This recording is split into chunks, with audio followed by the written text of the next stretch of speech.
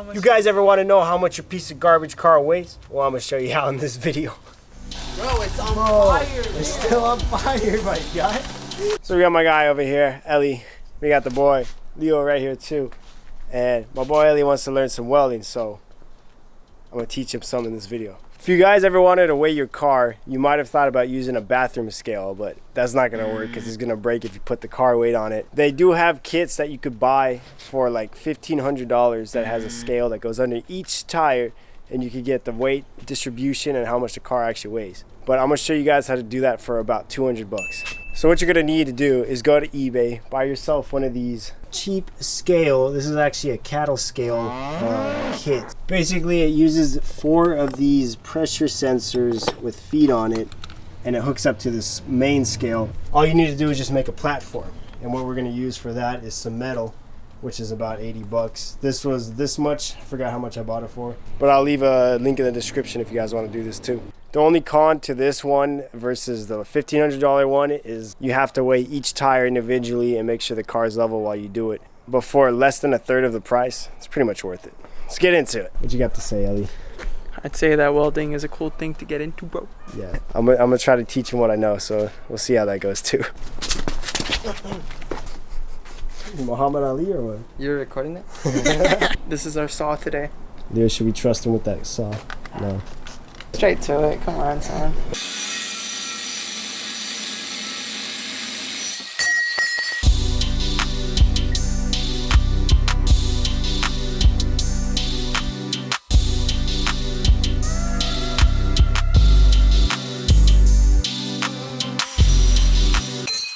Nah.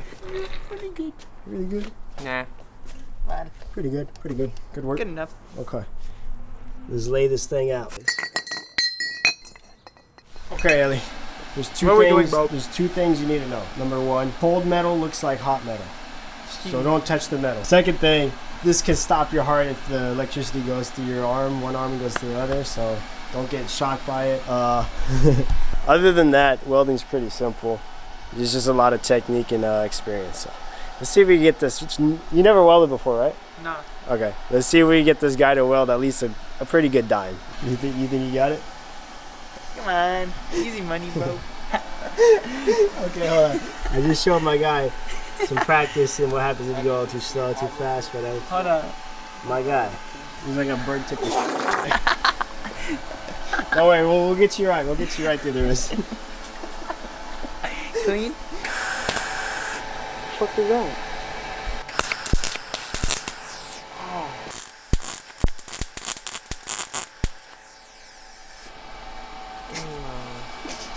Mine looks cleaner than that. Bro, it's on fire. It's still on fire, my guy.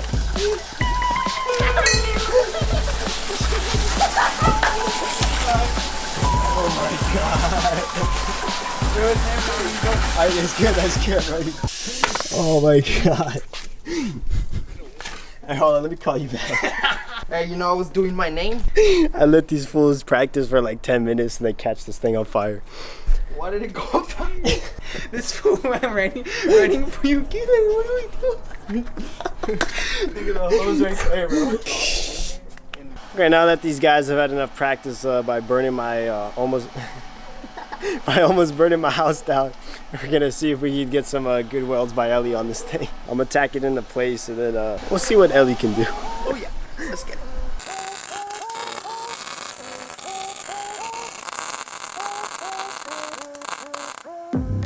There's mine.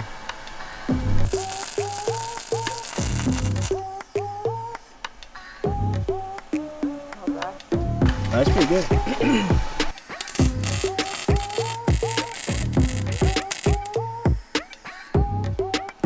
What the f? Not bad, bro. What you mean? Rate. Ask people on YouTube to rate which I one. mean, it's not bad. It's not terrible, but it's not bad. Look, watch out. I'm doing more.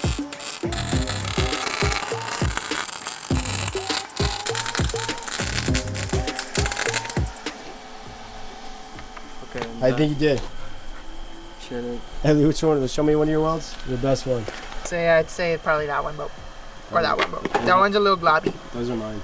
Cat. Yeah, all those are mine. I know that fat one. One of the fat ones is mine, bro. I mean, that one's kind of ass. That one's kind of You know ass. which ones are Ellie's. Come on now. That one I went over. This at one least. not even connected. Ellie's. I mean, you got heat penetration, so that's good. Oh hell no. I say that's a good first, Ellie like good being first penetrated. learning experience. Yes, sir. Leo's got it down pretty good. Wait, Ellie, can I please finish writing mine? Since Just it's let me almost write my done. name real quick, and then you can do it right Oh my after. god, bro. Let's see, Ellie. Okay, Ellie. Dude, making the E was hard. Is mine pretty cool? Yo, How about Ellie? I can't even read that shit. bro, you're reading it upside down, stupid.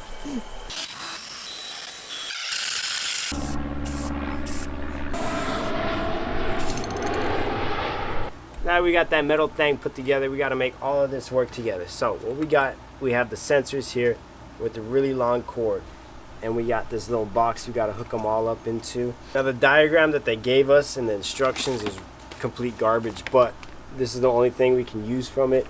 So the way it's hooked up, you're going to hook each one of these 4 sensors into one of these 4 pods right here. And then the 5th one, we have to create our own plug to plug into the display right here. And we're going to use this little plug thing right here. We're going to solder it all together. Let's go.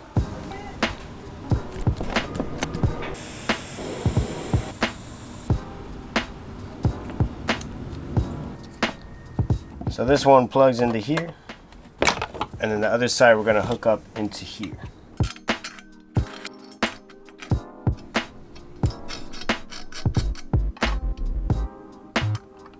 For those doing this yourself, here's a little wiring diagram. Alright, so now that we got this thing wired up and all that, we're going to start calibrating it. First thing you got to do is make sure your scale is level. Next thing, you're going to flip the switch on the back and hold down the pound sign. It's going to go to 9, you're going to let go. It's going to say D1, I have no idea what that means. Push it again, P0, that just tells you if you want to see your pounds plus whatever else, but this thing isn't that accurate, so we'll just leave it like that. Full, don't worry about that. No add, hit function, hit 0. That calibrates the weight of the scale itself. Push the star, and then we're gonna add a load, so hit the tare. So pushing the tare will let you adjust the numbers on here. We have 2 25-pound weights here, so it's gonna be 50 pounds. We'll go to the second digit, push 0 till it says 50. Add the weights, push the pound sign. It's gonna say end. Once you get to the end, you're gonna flip this thing around. There's a little cover, you take that off. There's a button, you push it. It's gonna save your settings, and then it's gonna go to 0. Okay, now it's working. So now that this thing is calibrated, I weigh about 135, 140. So let's see how accurate it is. So I mean, as you can see, if I shift my weight around, it moves a little bit. But if I'm in the center, it's somewhat accurate. It might be off by 10 to 20 pounds, but that doesn't matter because we're weighing cars that weigh like thousands of pounds. Now that the thing is calibrated, we're gonna need 3 other wood blocks, which we'll put the other tires on while we have the one tire we're weighing on the scale. And then we'll just swap them around until we get the whole weight of the car. So we got a G8 right here, and they're notorious for being heavy, even though they're fast cars. So we're gonna see how much this thing weighs.